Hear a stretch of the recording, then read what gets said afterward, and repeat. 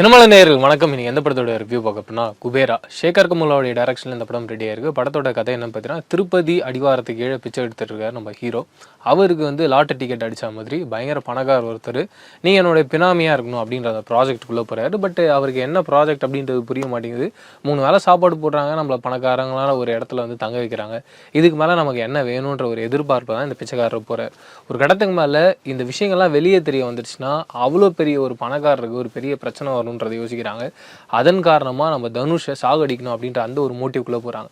அந்த மோட்டிவ்ல வந்து தனுஷ் எப்படி தப்பிக்கிறாரு, அவர்கிட்ட இருக்க காசு என்ன ஆகுது, கடைசியில் இந்த பொலிட்டீஷியன் அண்டு இன்னொரு பக்கம் இவ்வளோ பெரிய ஒரு அந்தஸ்தான பதவியில் இருக்க ஒரு மிகப்பெரிய கம்பெனியோட ஓனராக இருக்க சிஇஓ என்ன மாதிரியான பிரச்சனைக்குள்ளே மாட்டிக்கிறாரு, அவருடைய விஷன் கடைசியில் முடியுதா இல்லையான்றதான் இந்த படத்தோடைய கதையாக இருக்குது. இந்த படத்தோடைய பெரிய ப்ளஸ் பாயிண்டாக பார்க்குறது கண்டிப்பாக தேவி ஸ்ரீ பிரசாதோடைய மியூசிக் ரொம்ப அருமையாக இருந்தது.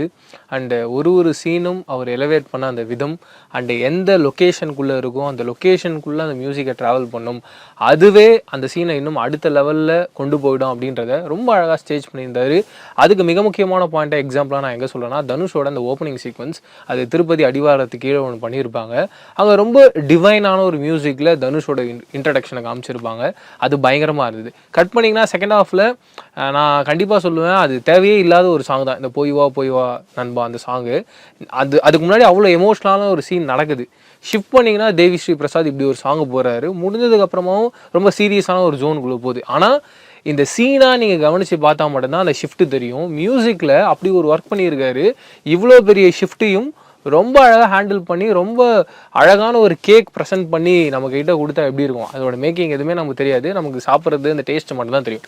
அப்படி ஒரு ப்ரெசன்டேஷனை கொண்டு வந்து நம்ம கண் முன்னாடி நிறுத்தியிருந்தார். அதுக்கு டிஎஸ்பிக்கு ஒரு பெரிய hats off.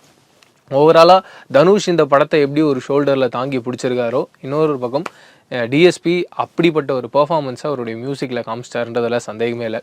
Coming back to டியோட performance சொல்லவே வேணாம். படம் ஃபுல்லாக எந்த அளவுக்கு அவர் உண்மையாக பண்ண முடியுமோ, அந்த கேரக்டரை நம்மளை நம்ப வைக்க முடியுமோ அந்த அளவுக்கு எக்ஸ்ட்ரீமில் ஒன்று பண்ணியிருக்கான்றதில் சந்தேகமே இல்லை. முக்கியமாக அவருடைய இன்னசென்ஸ் எனக்கு ரொம்ப பிடிச்சிருந்து. ஒரு வாட்டியும் நாகார்ஜுனாவை அவர் ட்ரஸ்ட் பண்ணுற அந்த போர்ஷன்ஸாக இருக்கட்டும், அண்டு ரஷ்மிகா மந்தனாவை அவர் அம்மான்னு கூப்பிட்ற அந்த இடமா இருக்கட்டும், முதல் முறையாக நாகார்ஜுனா வந்து வேற ஒரு பிச்சைக்காரரை வந்து எப்படி ட்ரீட் பண்ணுறாரு, அவங்களுக்கு ஏதாவது ஒரு பிரச்சனைன்னு வரும்போது எப்படி காப்பாற்றுறாருன்ற அந்த ஒரு சூழ்நிலையில் தனுஷ் அவரை பார்க்குற விதம், அந்த ஒரு செவருக்குள்ளேருந்து ரொம்ப அழகாக எட்டி பார்த்துருந்தார். எனக்கு அது ரொம்ப பிடிச்சிருந்தது. அப்படி அந்த இன்னசென்ஸை கேரி பண்ணுறாரு. நம்மளால் கண்டிப்பாக நம்ப முடியுது இவர் கண்டிப்பாக பிச்சைக்காரனாக தான் இருப்பார். அப்படி ஒரு பர்ஃபார்மன்ஸை படம் ஃபுல்லாக எண்டு வரைக்கும் தெரிக்க விடுறாருன்னு தான் சொல்லும். இன்னொரு பக்கம் ரஷ்மிகா மந்தனா ரொம்ப சின்ன போர்ஷன்ஸ் தாங்க. அந்த சின்ன போர்ஷன்ஸில் அவங்க ரொம்ப அழகாக பண்ணியிருந்தாங்க. ஆனால் நீங்கள் படமாக பார்த்தீங்கன்னா படம் ஃபுல்லாக வராங்க அப்படின்னு ஒரு ஃபீல் வரும். ஆனால் ரொம்ப சின்ன போர்ஷன்ஸ் தான். அண்டு தனுஷ் அண்ட் ரஷ்மிகா இவங்க 2 பேருக்குள்ள நிறைய காமிக்கலான சீன்ஸ்லாம் இருக்குது. அது 2 பேருமே ரொம்ப அழகாக ஹேண்டில் பண்ணியிருந்தாங்க. அது இந்த படத்துடைய ஒரு ப்ளஸ் பாயிண்டாக பார்க்குறேன். அண்டு நாகார்ஜுனா அவர்கள் எனக்கு அவர் ரொம்ப பிடிக்கும். பட் நான் பார்த்த நாகார்ஜுனா அவர்கள் இருக்கார்ல, நான் ஒரு எதிர்பார்ப்போடு இந்த கதைக்குள்ளே போயிருப்பேன். அப்படி ஒரு பர்ஃபார்மன்ஸ்க்கான ஸ்பேஸும் சரி, அவருடைய கேரக்டருக்கு பயங்கர இம்பார்ட்டன்ஸான அந்த ஸ்பேஸும் சரி, இந்த கதையை அதை பூர்த்தி பண்ணல. படம் ஃபுல்லாக அவர் வராரு. படம் ஃபுல்லாக வர்றதுனால மட்டும் அந்த கதைக்கு அவர் இம்பார்ட்டண்ட்டாக கேட்டிங்கன்னா அது கேள்விக்குறியாக இருக்குல்ல. அப்படி ஒரு கேள்விக்குறிக்குள்ளே தான் நாகார்ஜுனா வந்துட்டாரோ அப்படின்ற எனக்கு ஒரு ப்ராசஸ் இருந்துச்சு. படம் பார்க்கும்போது பெரிய அளவில் அந்த போர்ஷன் எனக்கு சாட்டிஸ்ஃபை ஆகலை. கூலியில் அவர் என்ன பண்ணுறாருன்ற ஒரு எக்ஸைட்மெண்ட்டில் தான் நானும் இருக்கேன். சேகர் கமலாவை பொறுத்த வரைக்கும் கண்டென்ட்டாக அவர் யோசித்த விதமாக இருக்கட்டும், அது அவர் டெலிவர் பண்ணுன்னு சொல்லிட்டு ஃபர்ஸ்ட் ஹாஃபோட இன்டர்வல் பாயிண்ட்டுக்கு முன்னாடி வரைக்கும் அவர் ட்ரை பண்ண விதமாக இருக்கட்டும், எல்லாமே ரொம்ப அழகாக ரொம்ப ப்ளசண்ட்டாக இந்த கதையை கரெக்டாக நகர்த்திட்டு போகணும் அப்படின்ற அந்த ஜோனுக்குள்ளே போச்சு.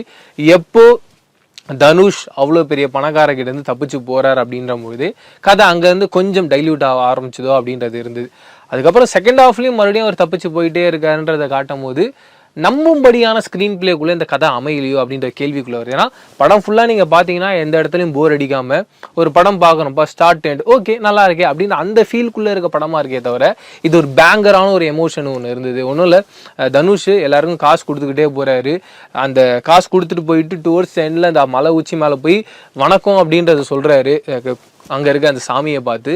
அதில் ஒரு ஹை ஒன்று ஃபீல் ஆகுதுல்ல, அப்படி ஒரு ஹை படத்தோடைய கிளைமேக்ஸ்லும் இருந்திருந்தா இந்த படம் பிளாக் பஸ்டர். அண்ட் இந்த படம் ஃபுல்லாக தனுஷ் அவர்கள்கிட்ட என்ன சீன்ஸாக கன்வே பண்ணுறாங்கன்னா, ஒரு பிச்சைக்காரன் இறந்து போகிறான்னா அவனை ஒரு குப்பையோட ரொம்ப கேவலமாக பார்க்குறாங்க. அப்படிப்பட்ட ஒரு நிலைமை கண்டிப்பாக ஒரு பிச்சைக்காரனுக்கு வரக்கூடாது, ஒரு ஹியூமன் பீயிங்க்கு வரக்கூடாது, அவருக்கு நல்ல சாவு இருக்கணும் அப்படின்ற அந்த பாயிண்ட்டை மட்டும் ஸ்ட்ராங்காக வச்சு இந்த படத்தை ட்ராவல் பண்ணியிருந்தாங்கன்னா இந்த படம் பேங்கராக இருந்திருக்கும். ஆனால் இந்த படத்தில் அவங்க என்ன மிஸ் பண்ணிட்டாங்கன்னா பிச்சைக்காரங்க எல்லாருக்குமே வந்து நல்ல சாப்பாடு கிடைக்கணும், நல்ல துணிமணி கிடைக்கணும், அவங்களுக்கு நல்ல படிப்பு கிடைக்கணும் அப்படின்ற அந்த ஜோனுக்குள்ளே போகிறாங்க. அது கதையை விட்டு ரொம்ப அவேவாக போயிடுச்சு அப்படின்ற ஒரு கேள்வியும் இருந்தது. என்ன காரணத்துக்காக நான் இதை சொல்கிறேன்னா, நீங்கள் பார்த்தீங்கன்னா தமிழ்நாட்டை பொறுத்த வரைக்கும் மற்ற ஸ்டேட்ஸ் எனக்கு எப்படின்றது தெரியல, இங்கே வந்து எஜுகேஷன் ஃப்ரீ அண்டு கவர்மெண்ட்டில் ஹாஸ்பிட்டல்ஸில் வந்து மெடிசன்ஸ்லாம் ஃப்ரீ, ஒரு பேசிக் நீட்ஸ் எல்லாமே இங்கே இருக்குது. கண்டிப்பாக நீங்கள் பிச்சை எடுக்கணும் அப்படின்றது ஒரு அவசியம் கிடையாது.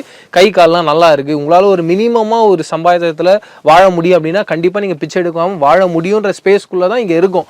அதை தாண்டி ஒன்று பண்ணும்பொழுது அந்த கதையை நம்பும்படியான கதையை அமைக்கணும்ல, அதை இங்கே மிஸ் பண்ணிட்டாங்க. அண்ட் அவங்க எடுத்துகிட்டு வந்த பாயிண்ட்ஸ்லையும் நிறைய லேயர்ஸ் இருந்ததுனால இந்த கதையாக நம்ம பார்க்கும்போது ரொம்ப அவேவாக போயிடுச்சு. அவங்க வெறும் இந்த ஒரே ஒரு பாயிண்ட், பிச்சைக்காரங்க செத்ததுக்கு அப்புறமா நல்லபடியாக சாகணும், அவங்களையும் கரெக்டாக ட்ரீட் பண்ணணுன்ற அந்த பாயிண்ட்டை மட்டும் யோசித்து இந்த கதையை ஓவராலாக நகர்த்தி கொண்டு போயிருந்தாங்கன்னா இந்த படம் பிளாக் பஸ்டர் ஹிட் அப்படின்ற ஜோனுக்குள்ளே போயிருக்கும். ஆனால் இந்த கதை எனக்காக பார்க்கும்போது ஓகே, நல்ல கதையாக இருக்குப்பா, நல்ல படமாக இருக்குது, ஸ்டார்ட் டு எண்ட் என்னை ப்ளசண்ட்டாக கொண்டு போனாங்க அப்படின்ற ஒரு ஃபீலுக்குள்ளே அமையப்பட்ட ஒரு கதையாக மாறிச்சு. அண்ட் டுவர்ட்ஸ் த கிளைமேக்ஸ்லாம் ரொம்ப ப்ரெடிக்டபிளான, ரொம்ப நார்மலான ஒரு ஹீரோ வில்லனுடைய ஃபைட் எங்கே இருக்கும், அதோட எண்ட் எப்படி இருக்குமோ அப்படி முடிஞ்ச மாதிரி இருந்தது. நான் பெரிய அளவில் ஒரு எதிர்பார்ப்பில் இருந்தேன், ஓகே இது பயங்கரமாக ஒன்று முடியும்.